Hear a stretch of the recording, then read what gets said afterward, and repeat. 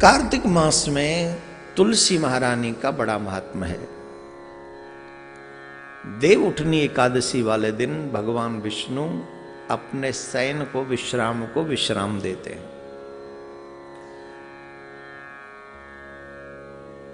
और उससे अगले दिन भगवान का विवाह होता है सालग्राम के स्वरूप में मां तुलसी के साथ। बड़े ध्यान से सुनेंगे।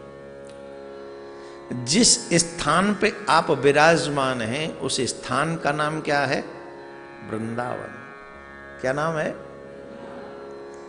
वृंदावन का अर्थ क्या है?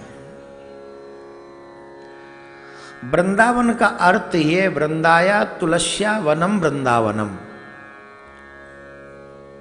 जो तुलसी का वन है उसी का नाम वृंदावन है। यहां क्या है? बोलिए तुलसी का वन है। आजकल तो वन कहीं छोड़े नहीं है हम लोगों ने, लेकिन जो तुलसी का वन है वही वृंदावन है। तो जिस स्थान पर आप बैठे हो ये तो मां तुलसी का निज गृह है, अपना घर है। जिस घर में एक तुलसी का भी बेरवा हो उस घर में नारायण भगवान कृपा करते हैं। तुलसी महारानी की कृपा से लक्ष्मी महारानी कृपा करती है, सुख शांति। जिस घर में एक बिरवा हो और जिस जगह पर तुलसी जी का घर ही हो, हमारे घर में तुलसी हो तो उसका ये फल है। जब तुलसी के घर में हम आकर बैठ जाएं तो उसका क्या असर होगा, उसका क्या लाभ होगा। हम वृंदावन में बैठे हुए हैं और वृंदावन का अर्थ ही है तुलसी का वन। जो तुलसी का वन है वही वृंदावन है। तो ये वृंदावन जिस कार्तिक मास में आप कार्तिक मास में कुछ कार्य करने चाहिए। सबसे पहला कार्य सुबह अतिशीघ्र उठना चाहिए, सूर्योदय से पहले स्नान करना चाहिए। कार्तिक मास के इन कर्मों को करने वाला व्यक्ति कभी दरिद्री नहीं होता, ध्यान रखो। एक तरीके से समझो कार्तिक मास में भक्ति पर डिस्काउंट है। आपने देखा होगा दीपावली कार्तिक में आती है, जब दीपावली आती है तो बाजार में चले जाओ डिस्काउंट मिलता है, दीपावली धमाका होता है कि नहीं? बताइए, मजाक नहीं। दीपावली पे विशेष ऑफर, एक के साथ 50% छूट। तो ये इन्होंने नहीं शुरू किया, ये तो हमारे भगवान ने शुरू किया भक्ति में। 11 महीने में की हुआ जो भी आपका सत्कर्म है उसका फल असर अलग होता है, और जो कार्तिक मास में फल है वो बहुत विशेष होता है, क्योंकि इस समय भगवान अपने शयन कक्ष को त्याग रहे होते हैं। ये पूरा महीना कार्तिक मास का बड़ा पुनीत और बड़ा पवित्र है, पावन है। इस कार्तिक मास में विशेष कार्य प्रत्येक व्यक्ति को जो सनातनी करना ही चाहिए। पहला, सूर्योदय से पहले उसका स्नान हो जाना चाहिए।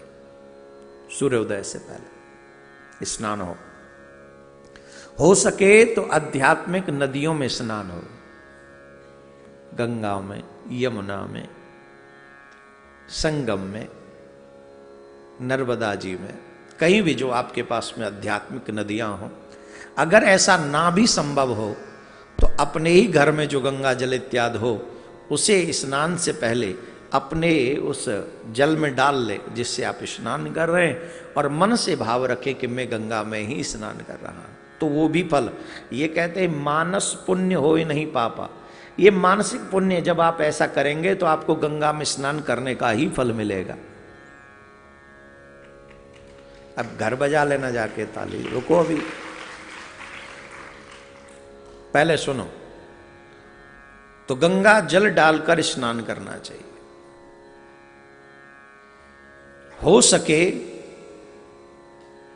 तो कार्तिक मास में तीर्थ यात्रा जरूर करनी चाहिए। आप भाग्यशाली हैं, आप वृंदावन ब्रज में पधारे हैं, ठाकुर जी के धाम में पधारे हैं। कई लोग मना कर रहे थे कि नहीं हम कैसे आएंगे, 8 दिन तो बड़ा मुश्किल हो जाएगा। 8 दिन की चिंता है, 84 लाख योनियों की चिंता नहीं है।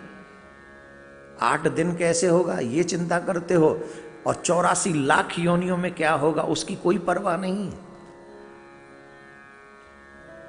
चलिए, आ गए हो, भाग्यशाली हो। तीर्थ यात्रा जरूर करनी चाहिए कार्तिक मास में।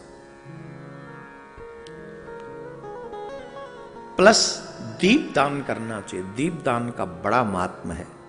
मैं तो आप सबसे कहूंगा कि जब कथा पूरी हो या तो तब, या एक एक दीपक एवरीडे जब तक हो प्रियाकांत जी के सामने जलाकर दीप दान करो। मिट्टी का दीपक हो,